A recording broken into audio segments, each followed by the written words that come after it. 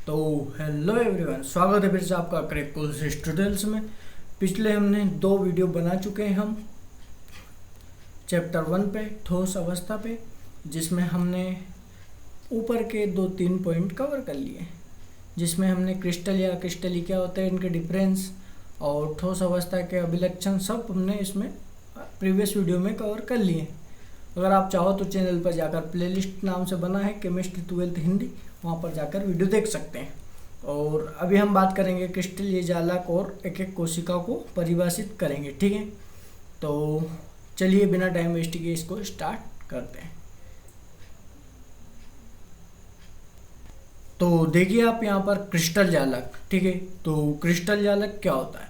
तो किसी क्रिस्टल में उपस्थित कणों, अब कण कौन कौन से हो सकते हैं? परमाणु, आयन और अणु की त्रिविमीय मतलब 3D नियमित एवं क्रमबद्ध व्यवस्था को क्रिस्टल जालक कहते हैं। मतलब कोई सा भी क्रिस्टल है उसमें उपस्थित कण जो भी हैं वो 3D नियमित एवं क्रमबद्ध व्यवस्था को ही उसको क्रिस्टल जालक कहते हैं। जैसे NaCl है, ठीक है, ये हमारे पास है NaCl, इसमें Na+ और Cl- में जो ये धनायन और ऋणायन की क्रमबद्ध संरचना से जिस प्रकार से जुड़े होते हैं इसे क्रिस्टल जालक कहते हैं।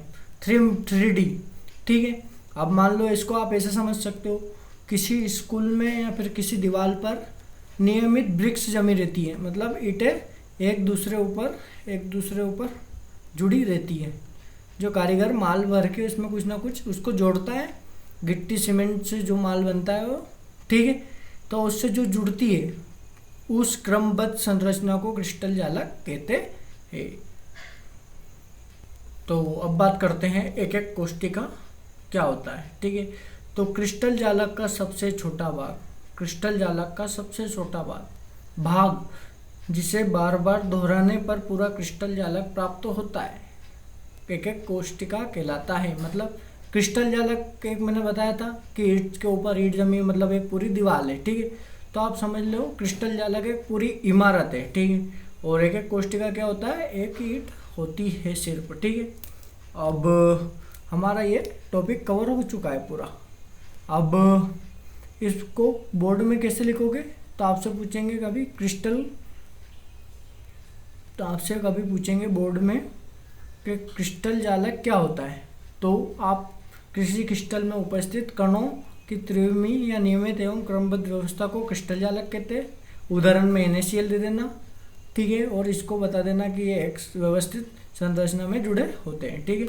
वैसे ही एक एक कोशिका बता देना आप। एक एक कोशिका क्या होता है? क्रिस्टल जालक का सबसे छोटा भाग जिसे बार बार दोहराने पर ये पूरा क्रिस्टल जालक प्राप्त होता है, कहलाता है क्रिस्टल जालक। क्रिस्टल जालक को आप समझा देना अपने हिसाब से। आपके समझाने के लिए मैंने ये चीज़ आप नोटबुक में लिख लेना, ताकि आपको भी आसानी से जब याद करो डेफिनेशन तो इनमें डिफरेंस पता चले, ठीक है। क्रिस्टल जालक क्या होता है? पूरी इमारत होती है जैसे आपका घर, और एक एक कोशिका क्या होता है? सिर्फ एक ईंट आपके घर की दीवार की, ठीक है। तो आशा करता हूँ ये टॉपिक तो समझ में आया होगा। अब बढ़ते हैं हम नेक्स्ट टॉपिक के ऊपर। अब नेक्स्ट टॉपिक है हमारा कणों के निविड़ संकुलन की व्याख्या कर सकेंगे। मतलब कणों की निविड़ संकुल की व्याख्या, ठीक है। कणों की निविड़ संकुलन की व्याख्या, ठीक है। कणों की निविड़ संकुलन की व्याख्या, चलो समझते हैं इसको, ये क्या है। तो देखो कणों की निविड़ संकुलन क्या होता है। कणों की निविड़ संकुलन क्या होता है?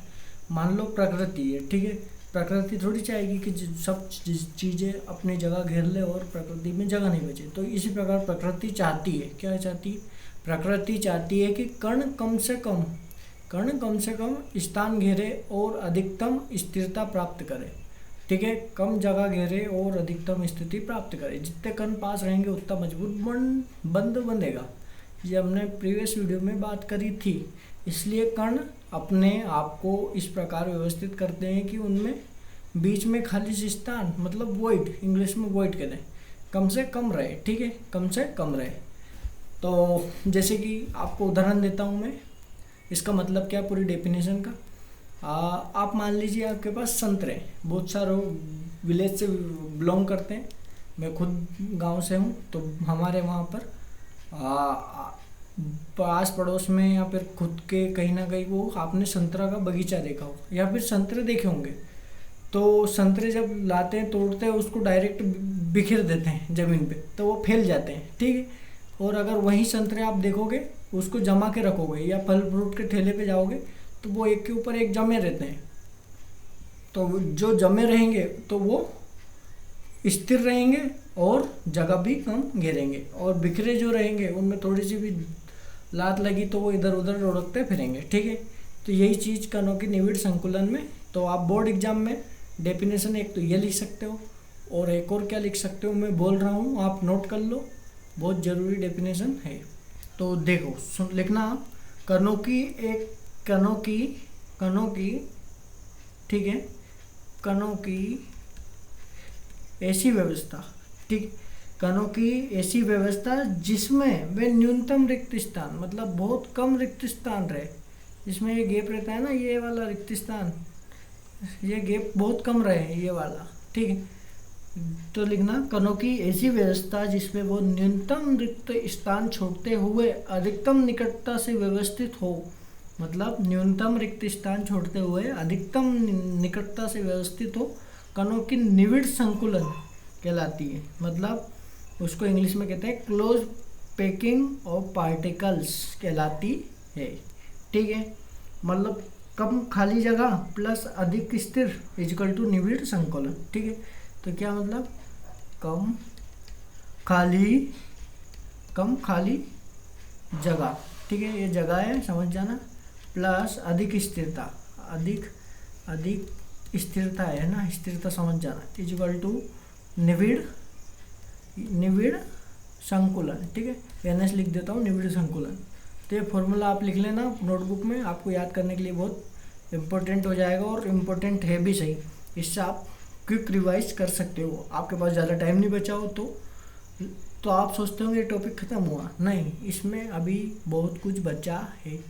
अब बोलोगे बहुत कुछ क्या बचा है, अब इसमें एक विमीय निविड़ संकुलन मतलब 1D पैकिंग, ठीक है, मतलब एक विमीय, ठीक है, एक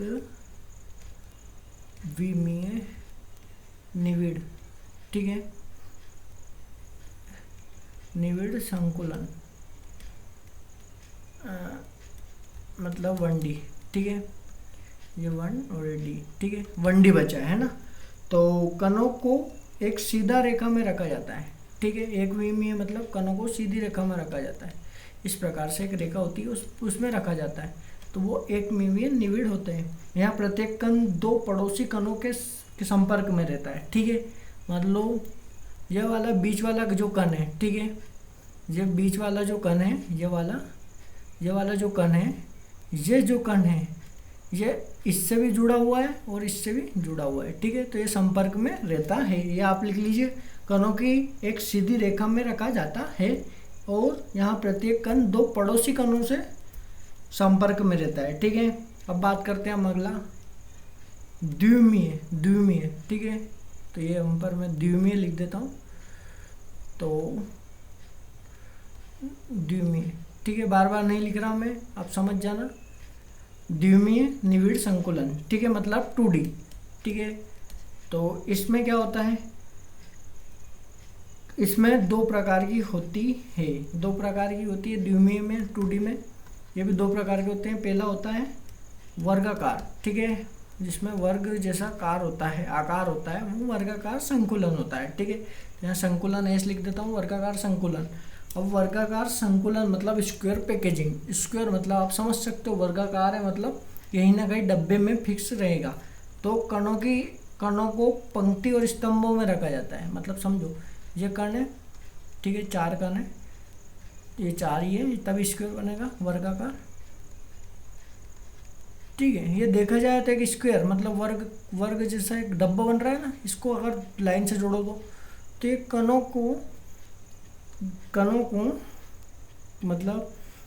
को पंक्ति और स्तंभों में रखा जाता है, ये पंक्ति और स्तंभ में रखा जाता है, तो वर्गाकार हो गया। अब भी वाला इसमें क्या होता है, षटकोणीय, तो ये होता है षटकोणीय, कोणीय, षटकोणीय, षटकोणीय संकुलन, जिसको इंग्लिश में कहा जाता है हेक्सागोनल पैकिंग। मतलब हेक्सागोनल पैकिंग दूसरी पंक्ति के कण पहली पंक्ति के बीच में खाली स्थान में रखे जाते हैं। मतलब हेक्सागोनल, ये एक कण है, ये दूसरा कण है, तीसरा कण है, ठीक है। तो इसकी खाली जगह जो है यहाँ पर रखा जाएगा अगला कण, फिर इसकी खाली जगह में रखा जाएगा, फिर इसकी खाली, ये खाली में रखा जाएगा, ये खाली में रखा जाएगा, ये खाली। देखो देखा जाए तो यहाँ से ये हेक्सागोनल दिख रहा है, षटकोणीय दिख रहा है, ये इसकी खाली जगह में, ये इसकी खाली जगह में, और ये इसकी खाली जगह में, ये इसकी खाली जगह में, ठीक है। तो मतलब आप कणों को समझना, दूसरी पंक्ति के कण पहली पंक्ति के बीच में खाली स्थान में रखा जाते हैं। दूसरी पंक्ति के कण पहली पंक्ति के बीच में रखे जाते हैं, जस्ट लाइक अ हेक्सागोनल पैकिंग, ठीक है। यहाँ सबसे संगण मतलब डेंस व्यवस्था होती है, यहाँ बहुत सघन मतलब बहुत डेंस व्यवस्था होती है। मतलब ये ऐसा लगता है कि यार ये क्या है, जाल है, मतलब ये इसमें बहुत सघन दिखता है, मतलब बहुत पास पास में चीज़ें दिखती है, ठीक है। अब बात करते हैं 3D जिसको बोलते हैं अपन त्रिविमीय, ठीक है। त्रिविमीय, कभी हिंदी में थोड़ा बहुत नाम इधर उधर हो तो समझ जाना, ठीक है। त्रिविमीय निविड़ व्यवस्था, ठीक है। तो यहाँ पर ये मैं कर देता हूँ D, ठीक है। 3D, ठीक है, त्रिविमीय निविड़ संकुलन। तो जब 2D परतों को एक दूसरे के ऊपर रखा जाता है तो 3D संरचना बनती है। मान लो 2D परतें दो, उसको एक दूसरे के ऊपर रखेंगे, तब जाके कहीं ना कहीं 3D इमेज टाइप बनती है, ठीक है, इस टाइप में, ठीक है। मान लो 2D परतों को एक दूसरे के ऊपर रखा जाता है तो 3D संरचना बनती है। जैसे कि ये वाली जो परत है हमारी, ये पहली वाली परत, ये वाली, ये दूसरी वाली परत, इसको ऊपर रखे तो ये 3D संरचना में दिख रहा है। इसको जब लाइन से जोड़ दिया गया है तो ठीक है। तो आप मानो इसमें दो प्रकार से होते हैं। दो प्रकार के होते हैं, एक होता है HCP, दूसरा होता है CCP या FCC, मतलब हेक्सागोनल क्लोज पैकिंग।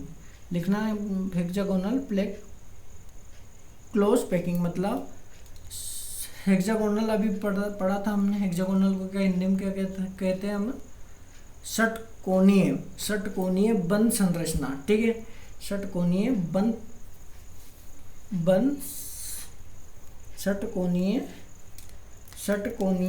बंद निविड़ संकुलन, ठीक है। तो इसमें क्या होता है, परतों का क्रम होता है। परतों का क्रम कैसे होता है? A B B, मतलब समझ रहे हो, B कोई है, फिर A, फिर B है, फिर ऐसे, मतलब लाइन वाइज लाइन होता है। जैसे कि MG हो गया, उदाहरण में देख लो आप, MG हो गया, ZN जास्ता हो गया, ठीक है, ZN जास्ता हो गया मतलब जिंक, ठीक है। और इसमें किस प्रकार से क्रम रहता है? इसमें रहता है ABC, ठीक है, ABC ऐसा। उदाहरण मान लो आप, तांबा हो गया Cu, ठीक है, और Ag हो गया आपका चांदी, और Au हो गया आपका सोना, ठीक है। और इसको याद रखने की ट्रिक भी है बहुत सारी, आप अगर याद रखना चाहो तो। HPC होती है, दो दोस्त बारी बारी से आते हैं, ठीक है।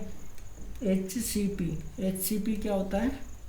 षटकोणीय बंद संकुलन, ठीक है, निविड़ संकुलन, ठीक है। इसकी याद रखने की क्या होती है? ये होती है इसका AB, ठीक है, ऐसे चलती रहती है, ठीक है। तो इसको याद रखने की तरीका क्या है कि दो दोस्त हैं, मान लो ये J और वीरू है, ठीक है। तो ये एक दूसरे के, ये इसके बाद आएगा, फिर ये इसके बाद आएगा, इसके बाद आएगा, ये इस प्रकार से, ठीक है। दो दोस्त एक दूसरे के बारी बारी से नंबर उनका आता है, या कोई चीज़ चॉकलेट बांट रहा है तो उसका नंबर एक के बाद ऐसा आता है, ठीक है। CCP या फिर FCC, ठीक है। इसमें क्या होता है, तीन दोस्त बारी बारी से आते हैं। मान लो तीन दोस्त हैं, ठीक है, कोई चीज़ चॉकलेट बांट रहा है, चॉकलेट है गिनती की 9, तो एक साथ नहीं दी, तीनों को एक एक एक एक एक एक करके दे दी, एक इसको दे दी, फिर इसको दे दी, फिर इसको दे दी, फिर वापस से इसको दे दी, इसको दे दी, इसको दे दी। इस प्रकार से तीनों का बारी से आता है। तो खाली जगह प्लस अधिक स्थिरता मतलब निविड़ संकुलन। ठीक है, तो ये आशा करता हूँ ये टॉपिक समझ में आ गया होगा आपको।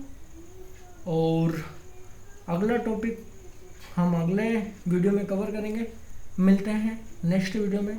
अगर कुछ डाउट रहे या आपको लगता है कि कुछ सुधार हो सकता है वीडियो में, तो आप मुझे कमेंट सेक्शन में ज़रूर बताइए और अपने दोस्तों के साथ शेयर करना ना भूलिए।